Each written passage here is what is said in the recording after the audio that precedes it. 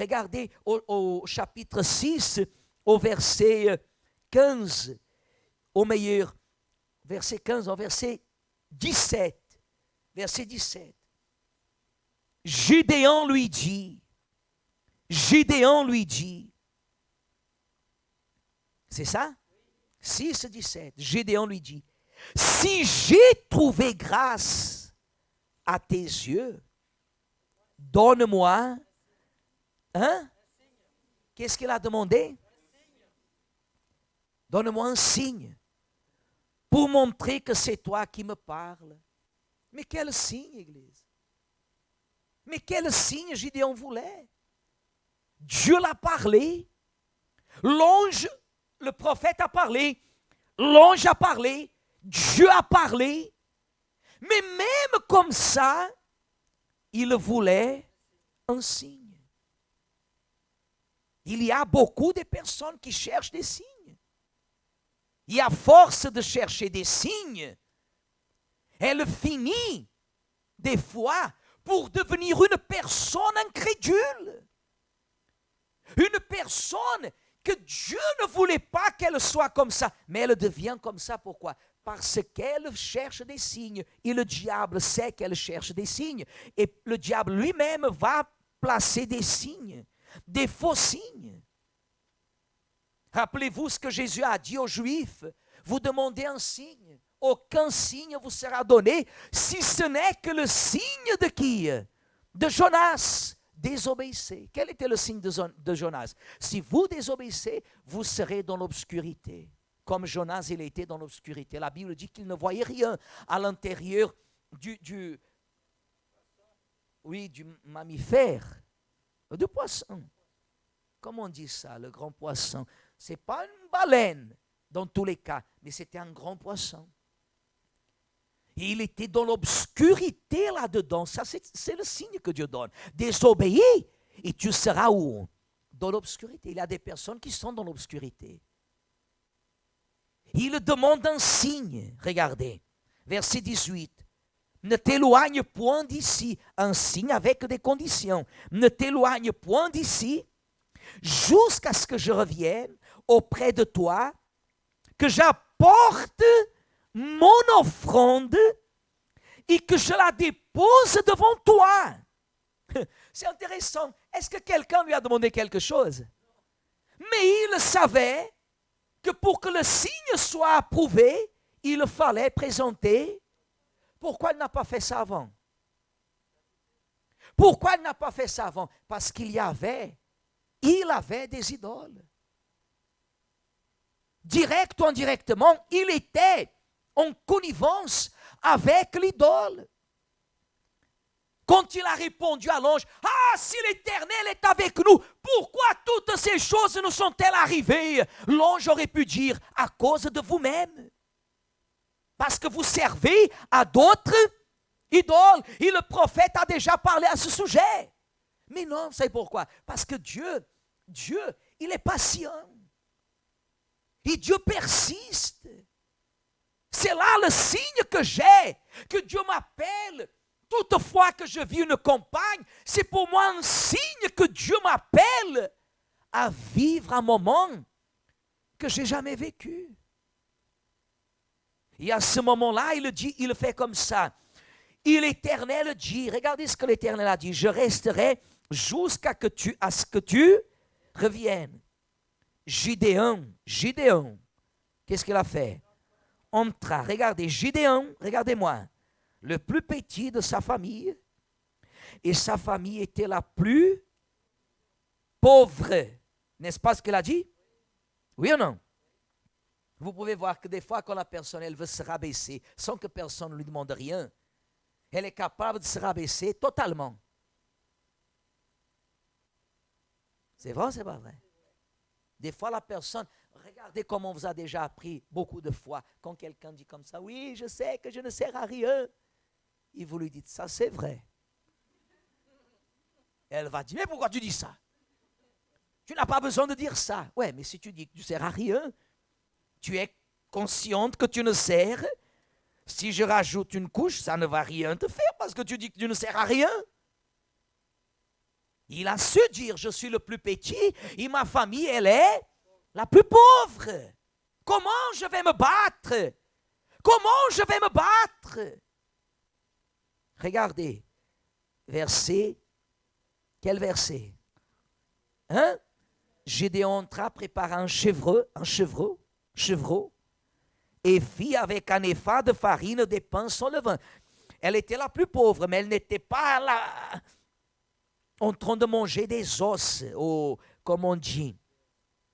Quand même, au-delà d'autres animaux qu'on sait qu'il avait, il a préparé un chevreuil. Il mit la chair dans un panier et le jus dans un pot. Les lui apporta sous le térébinthe et les présenta.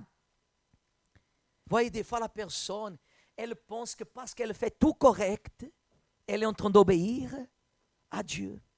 Des fois la personne, quand elle fait les choses à sa tête, elle fait les choses et elle veut se convaincre qu'elle est en train de plaire à qui? À Dieu, parce que je sais ce que je dois faire et je l'ai fait. Et si quelqu'un lui dit non, mais ce n'est pas comme ça, elle ne va pas aimer. Regardez ce qu'il dit pour terminer. L'ange de Dieu lui dit, verset 20, prends la chair et les pains sans levain, pose-le sur ce rocher et répand le jus. Et il le fit ainsi, verset 21. L'ange de l'Éternel avança à l'extrémité du bâton qu'il avait à la main et toucha la chair et les pains sans levain. Alors il s'éleva du rocher un feu qui consuma la chair et les pains sans levain. Et l'ange de l'Éternel disparut à ses yeux. Et Gédéon, voyant que c'était l'ange de l'Éternel, dit, malheur à moi, Seigneur éternel, car j'ai vu l'ange de l'Éternel face à face. Et l'Éternel lui dit, sois en paix, tu ne crains point, tu ne mourras pas. Et Gédéon, qu'est-ce qu'il a fait? Bâtit là un autel à l'Éternel et lui donna pour nom l'Éternel paix. Il existe encore aujourd'hui à Ophra, qui appartenait à la famille d'Abiézer. Ça, Église, c'est ce que Gédéon il aurait dû faire. Lorsque Dieu lui a dit au verset 16, mais je serai avec toi et tu battras Madian comme un seul homme. Vous savez quel aurait dû être le verset 17? Quel aurait dû être le verset 17? Et Gédéon bâtit là un autel, parce que ça c'était son signe de croyance. Mais il a voulu un signe. Il a voulu un signe pour se convaincre. La personne veut des signes. Des fois, dans la vie sentimentale, elle veut des signes. Des fois, pour un projet, elle veut des signes. Des fois, pour servir Dieu, Dieu l'appelle. Le pasteur passe pour elle. Il lui dit, oh, madame, vous ne servez pas Dieu encore. Oh, monsieur, vous n'êtes pas en train de servir Dieu. Ah non, je suis en train d'attendre. Elle veut un signe. La personne veut faire les choses à sa manière. Elle veut être en train de dormir et que Dieu pendant la nuit vienne. Oh Marie-Élisabeth, je t'appelle à servir. Et qu'elle dise, qui me parle? Elle veut un signe. Elle veut sentir des frictions. Oh, comme on dit, des frictions. Oh. Elle veut sentir. Il n'y a pas de signe, Église. Parce qu'aujourd'hui, nous avons la grâce que Gédéon n'avait pas. Gédéon n'avait pas ni même la Bible. C'est pour cela que Dieu l'a compris. Des fois, nous voulons que Dieu nous comprenne comme il a compris Gédéon. Mais nous, on a un bénéfice beaucoup plus grand. Nous, aujourd'hui, nous avons un bénéfice beaucoup plus grand. Que nous avons la grâce. C'est déjà déterminé et scellé. Gédéon, non. Gédéon n'avait pas ce que nous avons. Il a voulu, il a préparé ce qu'il a préparé. Et l'ange a agi, la Bible dit que du rocher, le feu est sorti, a consumé. Il a Gédéon, il a encore l'audace de dire comme ça. Voyons que c'était l'ange de l'Éternel, dit, malheur à moi, car j'ai vu l'ange de l'Éternel face à face. Mais il ne l'avait pas encore vu. Mais il ne l'avait pas encore vu. Oui, mais il a cherché à se convaincre. C'est pour cela que nous, dans la campagne, on ne veut pas convaincre qui que ce soit. Nous sommes dans la campagne et on n'a pas ni même fait le défi du sacrifice. Et même parce que nous savons que Dieu a déjà commencé à parler avec son peuple au sujet du sacrifice.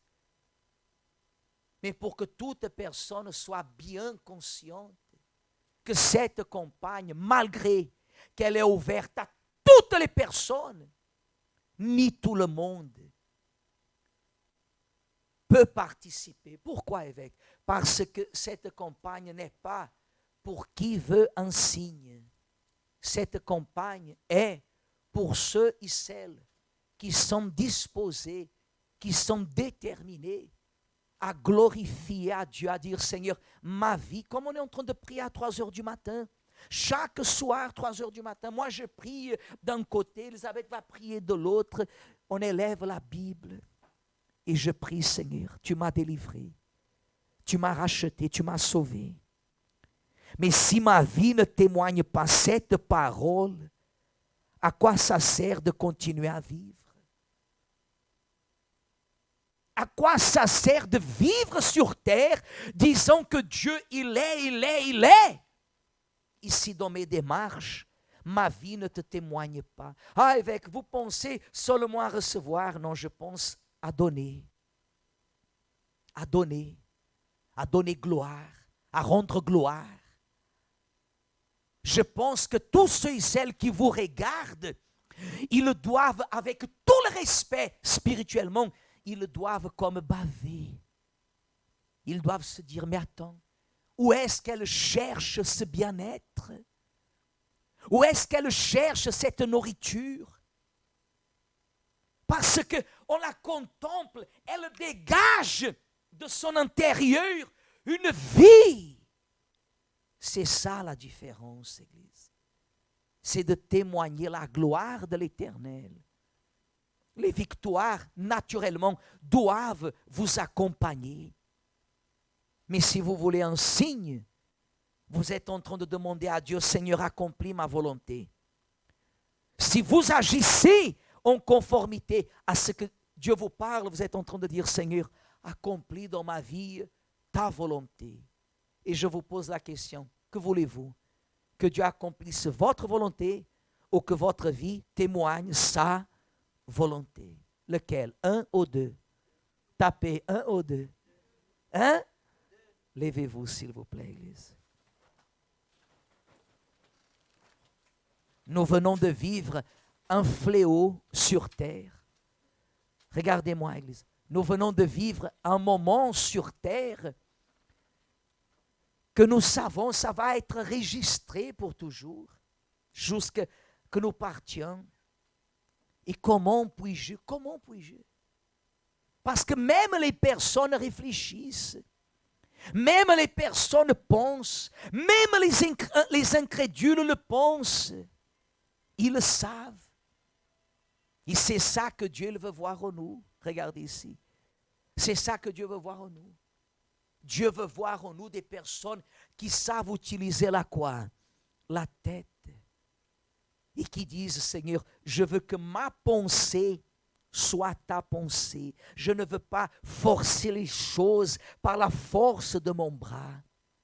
Ce que je veux, ce n'est pas obtenir ce qui manque dans ma vie. Ce que je veux, c'est que ma vie reflète la gloire du Seigneur. Ce sont des choses complètement différentes.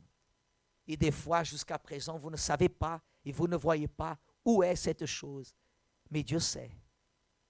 Dieu sait. Amen.